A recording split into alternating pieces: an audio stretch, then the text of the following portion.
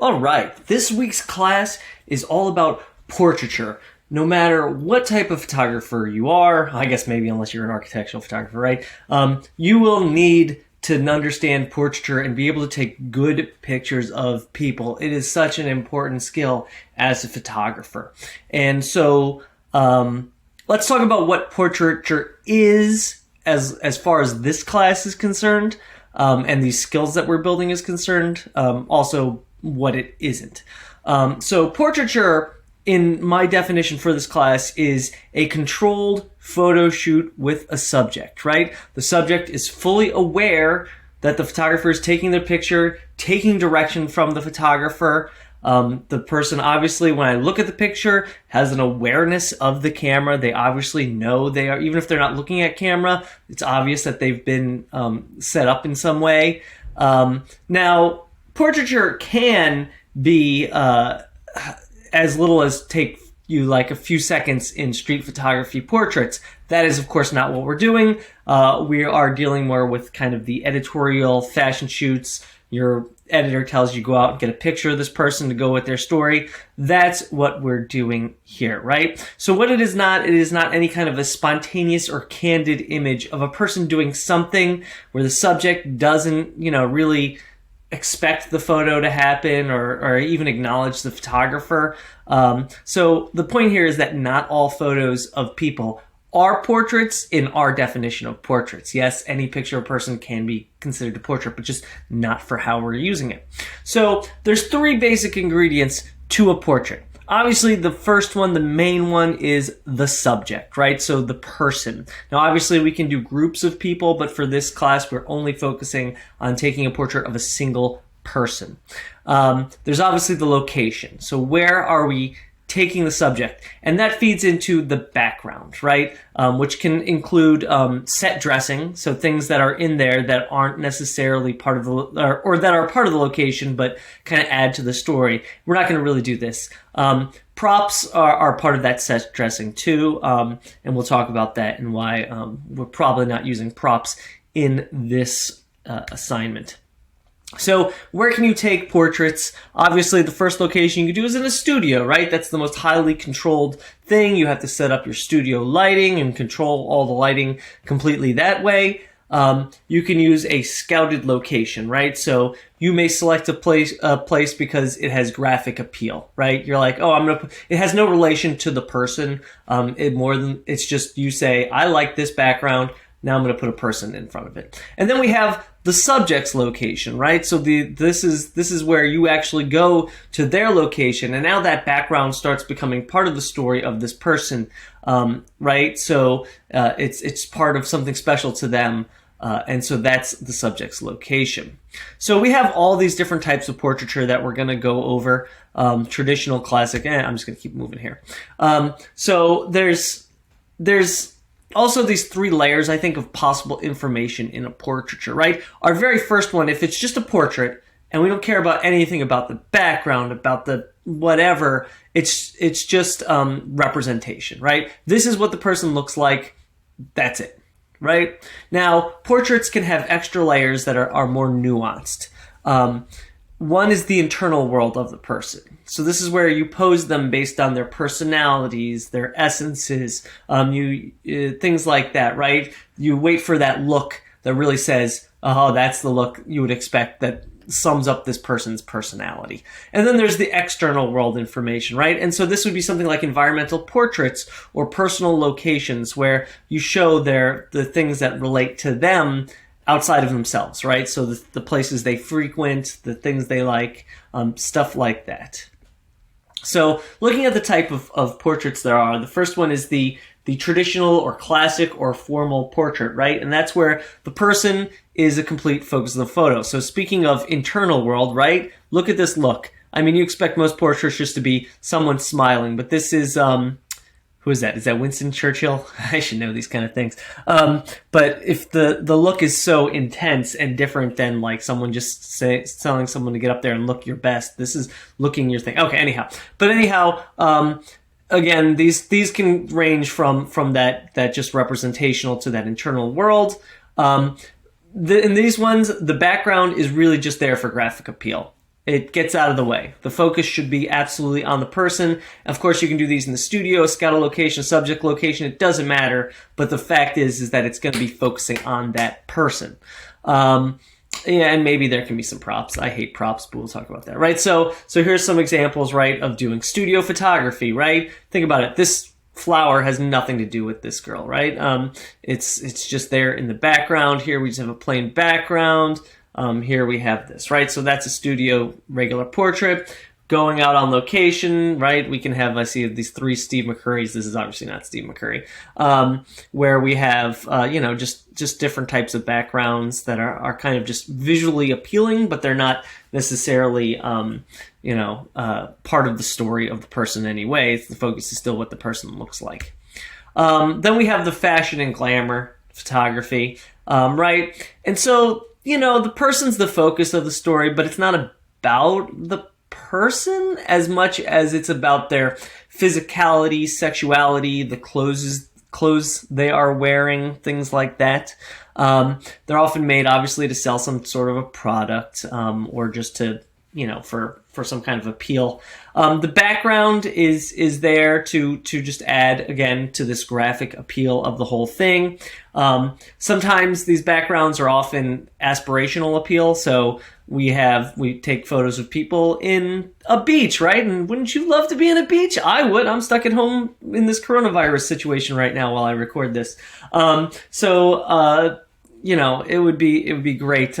These are great things for location is just a kind of an important part of the set dressing, right? So obviously these can also be done in a studio, right? They don't have to have location as the important thing, but they're usually done then maybe in a scouted location. You're not going to where the model frequents. That's just not something you're going to do. And obviously sometimes there's props.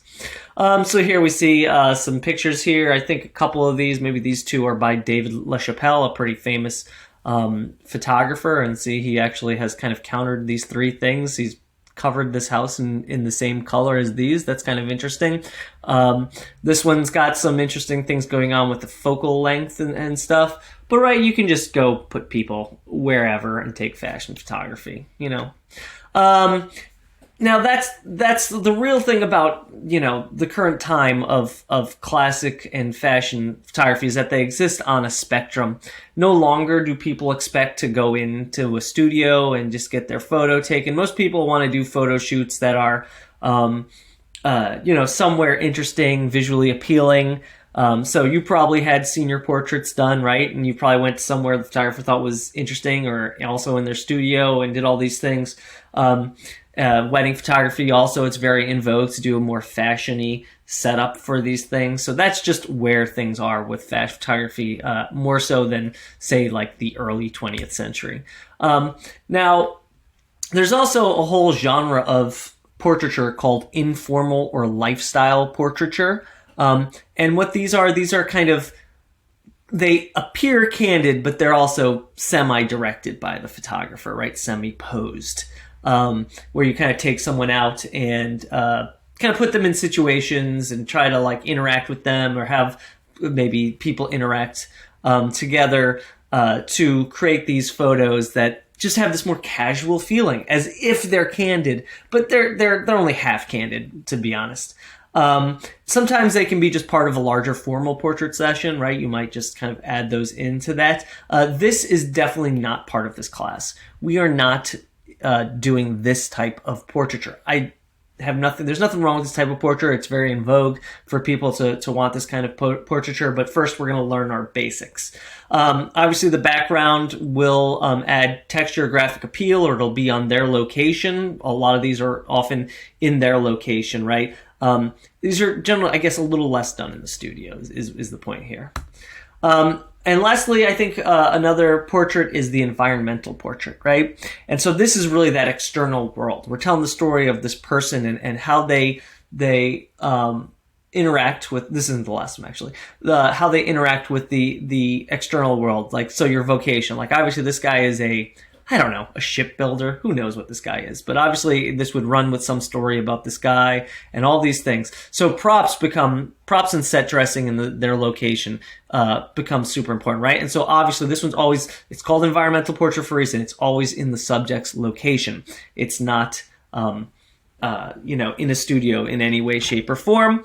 And obviously, right, the background plays a large active part in this portrait, more so than if you look at how big this person is. He's only about probably less than a third of this photo.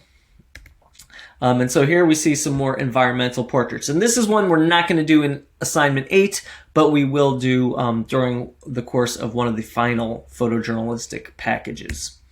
Just here's some more, right? I thought just because here's a bunch of dudes, here's a bunch of women in their various locations. Last thing is a conceptual portrait, right? And so this is your artsy portrait. This is things that probably don't have anything to do with the person in the photo, have maybe more to do with a statement that the photographer wants to make. So we present abstract ideas or just graphic compositions, right? They're just very graphic. Background could be anywhere. Location could be anywhere. Obviously, there's probably going to be props or costumes or something, right? So here we see some more interesting conceptual portraits, right? So it's really definitely not about the person. It's definitely more about something the photographer wants to say or explore or something.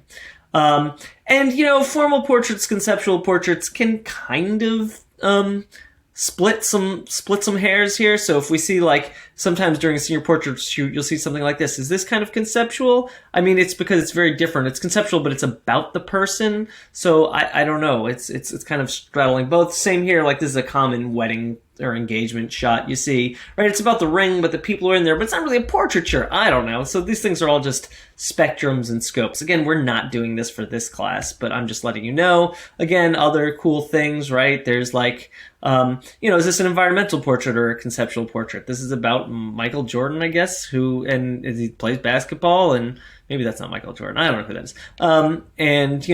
But it's kind of got this graphic quality. I don't know. And this one's a pretty famous photo. I think it's by Einstein. And this is Stravinsky or something. And so you got this really graphic thing. I mean, this is a photo about him, but he's this big in the photo. So all these things just straddle these lines. Again, we're sticking with basic skills right now. So don't go off making these types of photos unless you want to, but they're not part of the assignment. So let's turn our attention next to lighting, people, because obviously the lighting is really important. And we have, established lighting patterns of people throughout the years, right? So the first thing you have to understand is broad lighting versus short lighting. So generally speaking, you are not going to have the person's face pointing directly at your camera. It's just not, it's usually going to have a little bit of a cheat to one side, left or right. And so where you put your main light determines then if it's broad or short lighting based on how they turn their head. So if you notice this one, we have the bulk of the face is in light. The shadow is closer to the camera, right? So this is short lighting. So we see the shadow towards the camera, and that's what makes it short lighting. Broad lighting, then the shadow becomes the far edge of the person, and so we have more in light here, right? So again, these are just one of these things you have to play with. Now, broad is, I never like using the terms masculine and feminine because I think they're code, but they always say broad lighting is considered more masculine, and generally speaking, you photograph men more with broad lighting because it's supposed to make you look, I don't know, whatever. And short is considered feminine because it's supposed to make you seem more appealing that way, because it is a little harsher, broad lighting, than compared to the short lighting, I think, right? And yeah.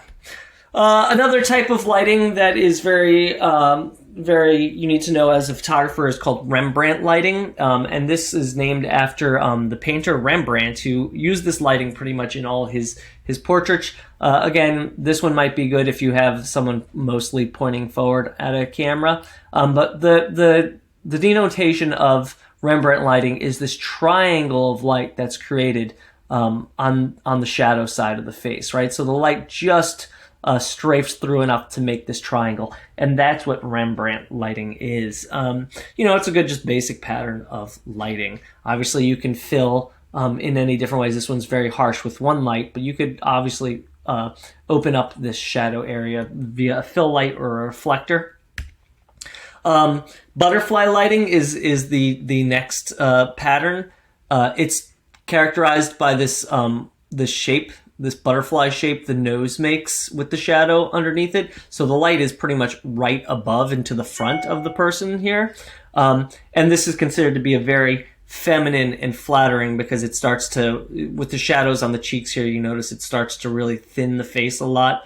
And it's just a very very used in fashion photography, especially fashion photography of women, right? Then there's split lighting. Split lighting, of course, is super dramatic, especially depending on how much shadow versus fill you put in, right? Obviously, you can make it less dramatic by adding fill here, but if you have one light and you just have it hit one side of the face, right? See how dramatic this is. So we call this split lighting. And then there's flat lighting, and flat lighting is tries to actually minimize any shadows, right? And what this has the effect of doing is it smooths wrinkles. It makes the skin very flat. This is generally done by, well, there's a bunch of different ways to accomplish flat lighting. It's obviously can be with a light closer to the camera lens. It can be a light more like butterfly lighting with a pretty much almost one-to-one fill. You'll also see people using ring lights, which is a light that actually goes all the way around a lens so that all the light is directly at the lens axis in every angle, and so that reduces pretty much every shadow. We obviously don't have access to ring lights, but this is, again, one of these, it takes away some of the depth of a portrait, right? But it also gives us a very even portrait. So again, all these lightings, one isn't right, one isn't wrong. It depends on a lot of things, right? The mood, the shape of the person's face. There's just all these things, how much you want to show their or hide their wrinkles, right? Like, these are all the decisions you have to make as a photographer.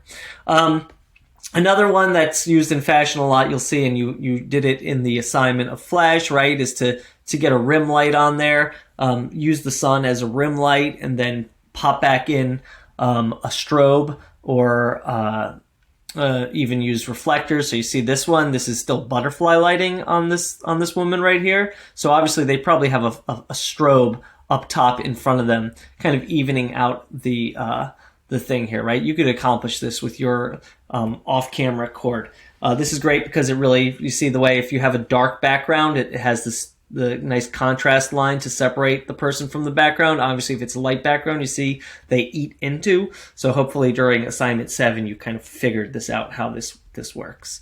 So let's talk about focal length in portraiture. The thing is, remember, and I think I showed a video very early in the class where I have this GIF, and I should have put this in here, but I didn't. And the thing is, if you remember the distortion, excuse me, if you remember the distortion that we have in wide angle lenses, that focal compression, the way that works, things close to the camera seem bigger, things farther away. So obviously, to frame someone in this shot like this, you'd have to be very close to this person. And so look at how big the nose is compared to. And as we go, you see that as we get farther away, we flatten that focal compression. It obviously becomes much better, right, at representing the person as we think of them, because we have a certain amount of obviously focal compression in our eyes, but we don't have varying focal lengths. So generally with portraits, you're going to want to be somewhere in the longer end of the range of your things. And I'll talk about suggestions for each thing that you're going to shoot. Now, so one of the things you can do, you have to control the angle of view and the focal compression. That's what I was saying with that last slide. I'm going to skip this slide. Let's talk about aperture and what aperture you're going to do in with portraits. So in a normal portrait, I would go on the low end of the f-stops, so which is the 2.8, f4, maybe even 5.6, depending on how long your focal length is. And this gives us a lot of what this does is it blurs the background and keeps the focus on the person, right? We definitely want to keep the focus on the person in a portrait, a normal classical formal portrait. It's about the person. It's not about the background. The background is just adding a little element of graphic appeal. And that's very different than if we're shooting an environmental portrait. Again, we're going to photograph an environmental portrait in this course, just not for this one. But now you will have that full length photo when I go over the things. And so you could explore that for this. But when you want to show the background, that's the only time you go ahead and open up to, or close down actually, to these smaller apertures or larger f numbers. And so the most important thing is cropping and framing people. That's like 80% of what this assignment is about, learning how to crop and frame and take a good picture of a person. And so the problem is that when I say the word cropping, it can mean two things. It can mean how you frame the person in the camera, or it can mean, after you take the picture, going into Photoshop and taking out part of that image. Know that I'm talking about, in all of this assignment, you need to be framing the person in the camera these ways. We are not going to crop these photos afterward. So you should absolutely be framing the people. When I say the word crop from now on, just think of it as synonymous with framing in the camera. Okay, you are not cropping in Photoshop or Lightroom or any of those things. Okay, so one thing about portraits, and we talked about balance, and a person is obviously symmetrical, right? All people are symmetrical. And when we make portraits, we don't necessarily need to make our portraits all symmetrical. We can make them, when we say symmetrical, right, that means, right, the person is centered on the photo. For visual appeal, we can often use asymmetry, right, and just off-center subject. So for assignment 8, I'm going to ask, and there's just a list of photos that you need to take, you to explore both of these, right, to see what you like better, how to make portraits that are both symmetrical and asymmetrical. So as far as then cropping the people, and it either, no matter whether you're using centered or asymmetry, it doesn't matter. This applies to everything. The general rule is you never crop or frame at a place that bends. So you never want to crop on the elbow, on the wrist, on the neck, on the knees, on the ankles. These are no-nos, right? It just makes a photo look really weird. Instead, you'll want to go in between major things. So you'll want to crop, in the middle of the femur, in the middle of the shin, right? These are things that we do. So I have a good, let's see, do I have two of them? No, I don't. So you can look at this slide, and I think I have another image that's similar to this, just to show you kind of, right, in all of these, your person is standing there in front of you. And so you have to use a combination of the distance to the subject and your focal length to get these crops, right? And you see kind of, I'll go through all these different crops that you have to do in assignment 8. I'm just showing you that's there. But before I do, I want to talk about headroom, right? When it comes to headroom, you need to make very decisive decisions about headroom. For this assignment, I'm going to ask that you only crop on the person's hair in the close-up, and then after that, use a little bit of headroom. But we only want to use a little bit of headroom, right? We don't want to use too much. This looks like the headroom wasn't thought about at all. It is just a giant amount of headroom. There's nothing in the story here about this person, right? This should be right about here, right? So we should make a decisive decision. It could be here. This could even be a little higher here, and it would be fine. Well, the truth is, the closer you get to the person, probably the less headroom there's going to be. As you get farther away, again, you still don't want this much. That's too much headroom. So definitely, a lot of this exercise is really just about considering headroom as well as crop and lighting. Well, there's everything, obviously. Okay, so going through the photos that you're going to be taking in assignment 8 and all the different crops of people or framing of people. The first one is a close-up, right? And so a close-up is obviously that really tight shot. And generally speaking, for a close-up, we crop into the forehead in some way. Now, this is one where you really have to just pay attention. It kind of varies from person to person where you should crop on their forehead, and it will still look good. Depends on how you pose them, and there's just a lot going on, right?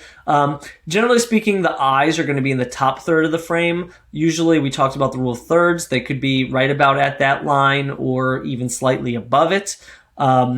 You're likely not going to see both shoulders because you're going to be so cropped in, right? So you might not see really any of the shoulders in here. And so you're going to want to use a longer focal length on these because think about it, right? We'll get way less focal compression effects to use a longer focal frame. So on your cameras, right, on a regular full frame camera, you'd probably be shooting these at 105 to 150, probably a little high in the middle higher of that range. And so on your cameras, right, you'll probably be shooting, I don't know, no lower than 65, and I even think that could be a skinch too low. So in assignment 8, you're going to do a vertical and I think you're going to do a vertical and a horizontal, and you also have to do one that is, I think you might have to do one that's centered. Well, let's actually just go ahead and look at the assignment so that way we can be on the same page. So top of the forehead, Mom, this is a very, okay. So here it is right here. A vertical close-up and a horizontal close-up with the eyes off center. That's what I'm asking for, right? So you would have to, maybe one more like this and one more like this, or even this is off center, but you have to have one that's horizontal. So that's what you're going to do in that. Next is a headshot or a head and shoulders shot, and obviously just like it sounds, you generally see the shoulders or most of the shoulders or at least half of the shoulders. You have some headroom, right? You don't crop on the thing. It's just slightly wider out. So the bottom of the frame is just below the shoulders here. So here, this one's a little further down than this one. Eyes are in the top third of the frame, pretty much on the rule of thirds line in these ones. Again, it depends on pose. If you see both shoulders, that should say when arms at side, look at the midpoint between the elbow and the shoulder, right? So again, this is like the midpoint of the elbow and the shoulder. So that's where you can crop the bottom. This one's a little tighter. I would suggest maybe going a little more this way. And focal length is pretty much the same focal length as the close-ups, right? Just with a step back or just a slightly wider focal length, right? So for assignment 8, you'll have to do a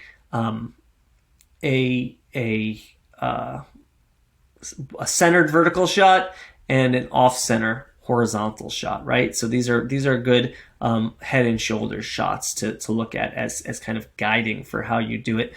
See the headroom, right? We have just a little bit of headroom, but it's not too much and it's not too little. I could even take a tiny bit out of this one and I'd be happy.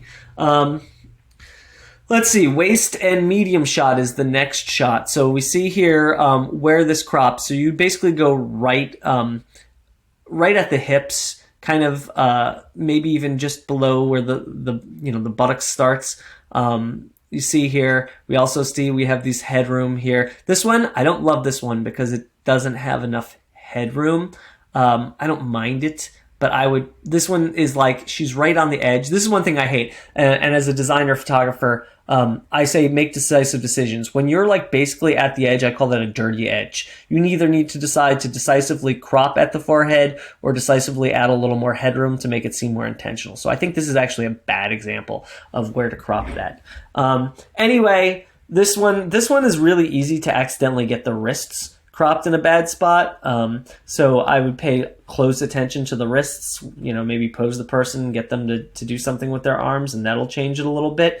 So we can start getting a little wider as we go to these shots. So on a regular camera, 85 to 120, which on your cameras is like 55 to 75, right? So assignment 8 is going to require one centered vertical and one off-centered horizontal, right? Where you're taking a photo of a person from the waist. Again, paying attention to headroom, paying attention to how you crop, making sure you don't crop at the wrists.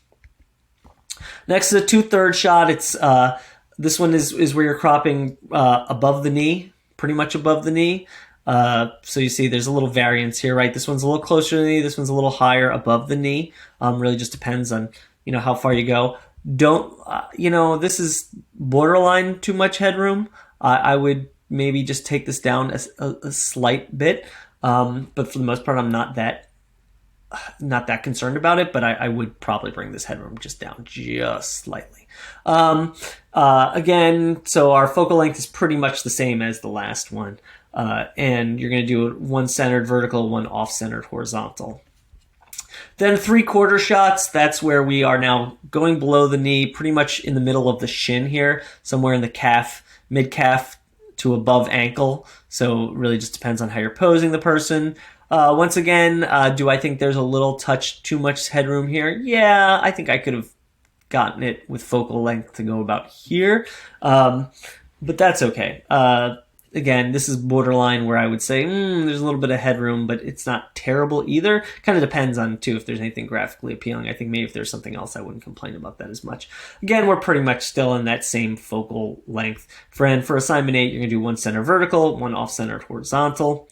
And lastly, we have the full-length shot. And right, that just shows all of a person. And so this is...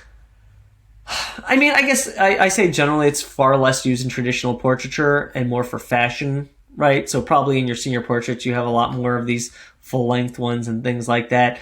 For this one, I'm not going to suggest a focal length, because for this one, that's where I would explore different focal lengths for different effects and different ways of wanting the background. For instance, maybe you want to take a giant wide shot, right? And let me look at the assignment in a second.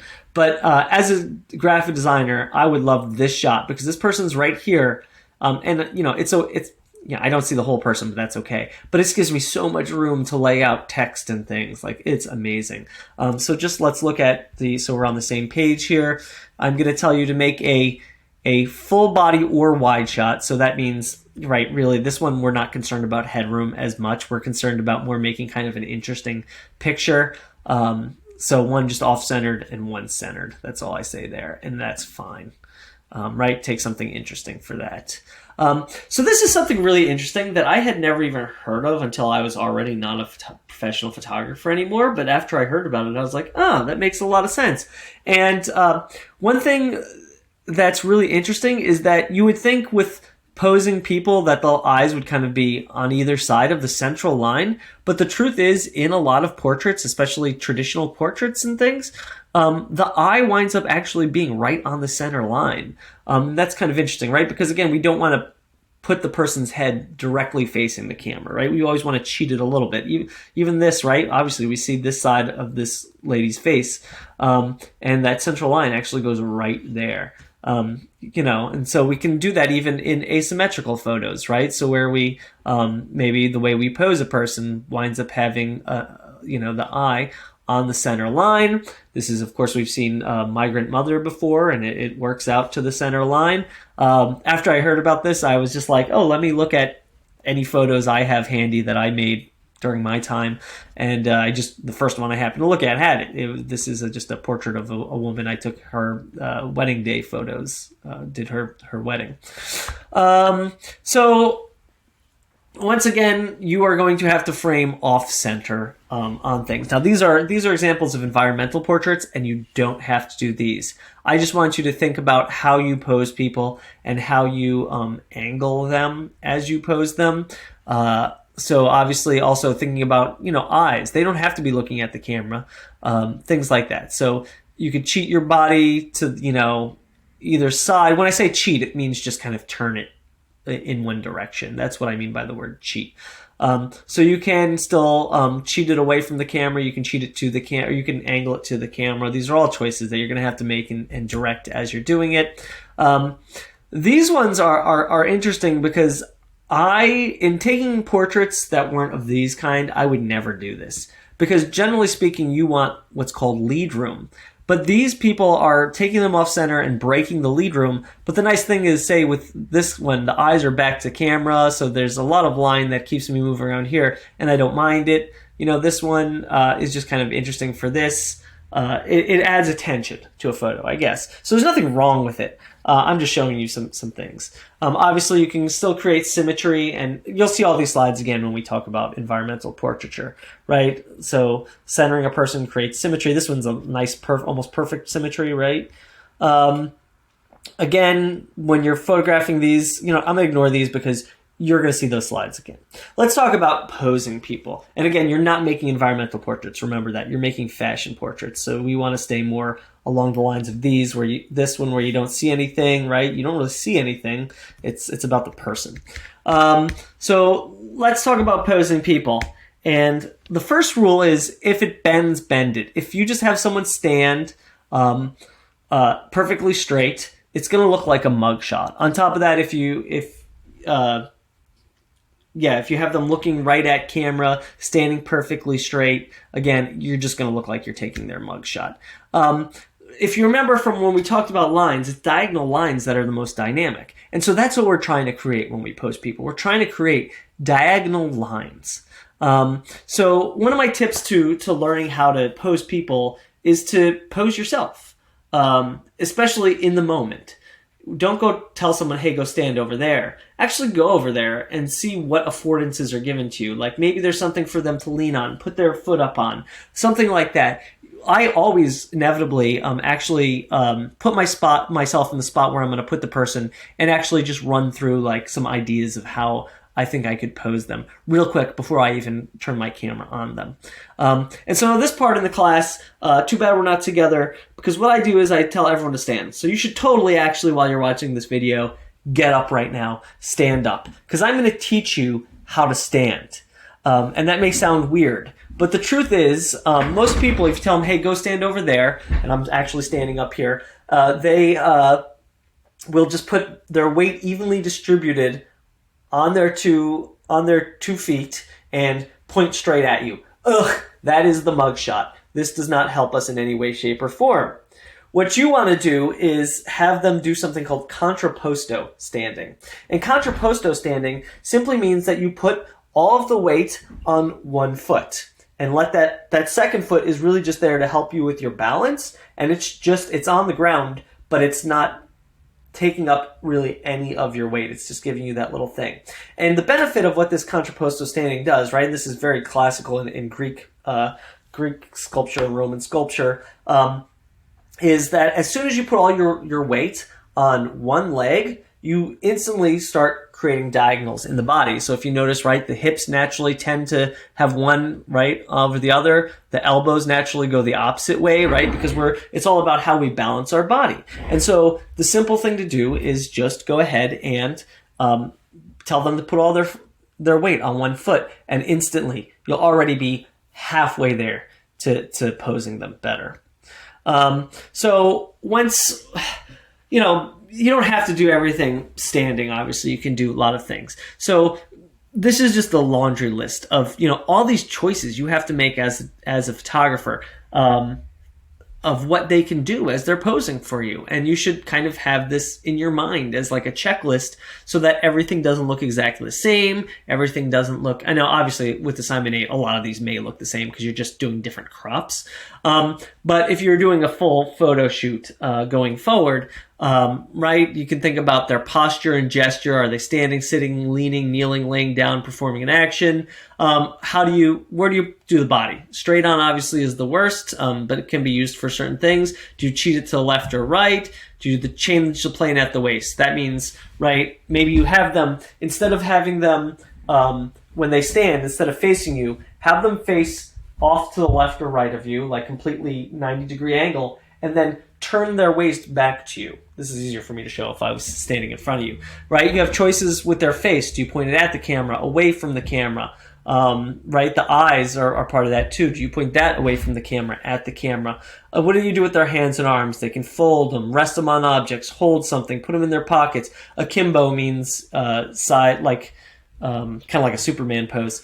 Do they touch their face or chin? Do you just let them put their arms at the side? That's probably kind of the worst, right? If you just let them hanging there as if they don't know what to do with them. And akimbo, you can just do one side akimbo and let the other arm hang, and that's a little better. Feet and legs, right? Obviously, put them in contrapposto. You can cross their legs, you can kneel them, put one foot on everything, right? So there's all these things that you can do in a photo shoot. Eye gaze, obviously, I already spoke about that, but super important.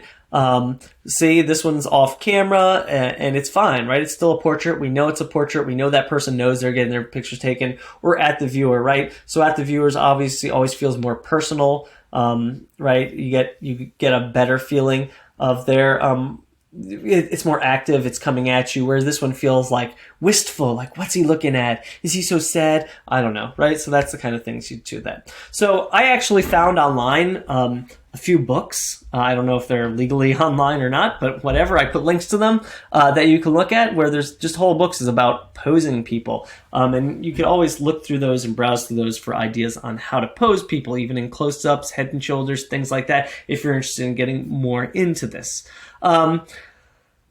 Props. Do you need them? For this, I would say absolutely not, right? These props, like an environmental portraiture and the props and set dressing that are around, oh, excellent. You need that for that, but we're not doing that till the final package. This kind of prop, ugh, like I just hate that stuff. That is just cheesy and lame and whatever. Sorry if you have a senior portrait with a thing on it. And one thing you should know is that photographers can and do rearrange things to make portraits, right? Again, this isn't necessarily photojournalism at this point. This is controlled photography. So, right, especially when we get to environmental portrait, do you think the photographer walked in and this is exactly how this person's room was set up? Probably not, right? So that's something you need to know. Again, we're not doing environmental portrait to the end. So anyway, that is probably everything you need to know. Just real quick, going through the assignment here. So exercise 8 is all about doing a portrait or fashion shoot, right? Really understanding how to frame people, how to pose people, the appropriate focal lengths and depth of field for portraiture. Obviously, right, you're going to use found light. You're also going to need to augment found light with flash.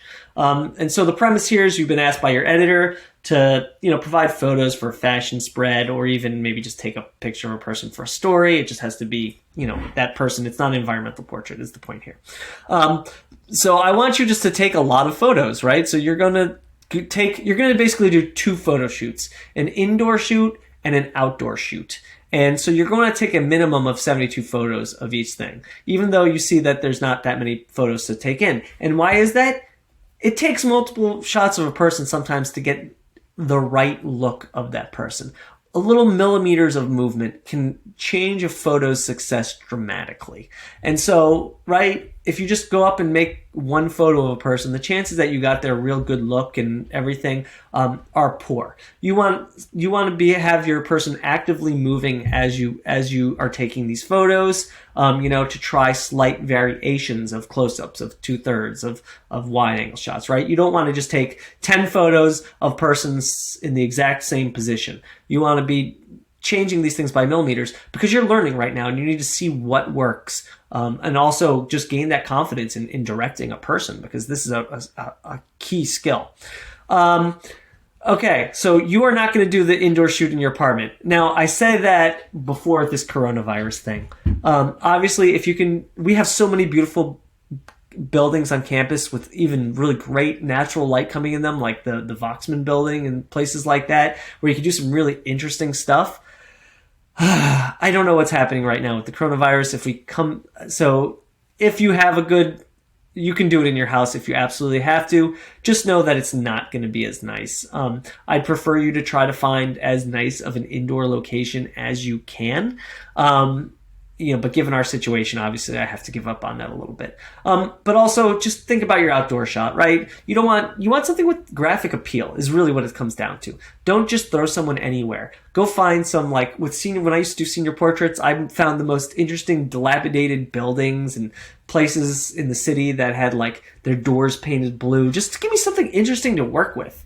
Rather than just throw them in front of some bushes. That's going to be boring. That's bush league if you just throw them in front of bushes right outside. Find something with some graphic appeal. Even if it's not going to be, it's going to be thrown out of focus, you're going to get that contrast level, right? And it's going to make or break a photo. So one of the things that you do have to do in this is a little complicated. but it's a build-up shot. And that's because I just want to, you're going to probably do this on in an indoor shot. And what I want you to do is show me a build-up of progression of you figuring out how to, this is really assignment 7, part 2, right? You probably already done this, but because using flash is so important with portraiture, I'm going to have you do this again, basically. So you're going to get your person posed in your indoor location. It really doesn't matter. Probably use like a waist shot or a sitting shot. It really doesn't matter to me what shot you use. Obviously, it's probably better that I see more background, so probably like somewhere between the waist shot and the full body shot. But you're just going to take the photo of the person with the light as it stands inside. Now, if you have top lighting, it's going to be super crappy lighting, right? And so what you're going to do is ultimately I want you to use your flash as the main light. So what you're going to do is before you even turn on the flash, you're going to flip your camera maybe into manual or use exposure compensation to get your photo to be dark by 1.5 stops, 2 stops. That's actually setting your shadows at this point. So wherever you're happy there between 1.5 stops, your cameras do 3rd stops. So maybe 1 stop and a 3rd stop, and I'd probably do 1 stop and 2/3 or two stops at the very least. Right. So this shot will be underexposed. Then put the flash on, and now try taking a photo of the flash. Obviously, you should have your flash cord on. You should be thinking about the lighting patterns. Try to get a pattern that you like, and also obviously turn the flash up or down. What you want to do is you want your exposure to be right. So I think probably by this point you want to be in manual. Maybe just use manual to begin with. But what you want is your exposure to be dead on. Your flash is the main modeling light, and the ambient light from the indoor light now becomes your fill light. Once you're happy and you think your exposure is right, given your LCD screen and everything, don't forget to look at the histogram because the LCD screen can be a little brighter than your photo actually turns out.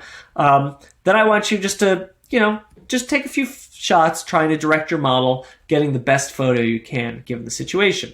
And then you're going to put together that progression showing me, 5 or 6 shots, showing me the way you built the shot up, right? This is just so I know you actually tried this and doing this.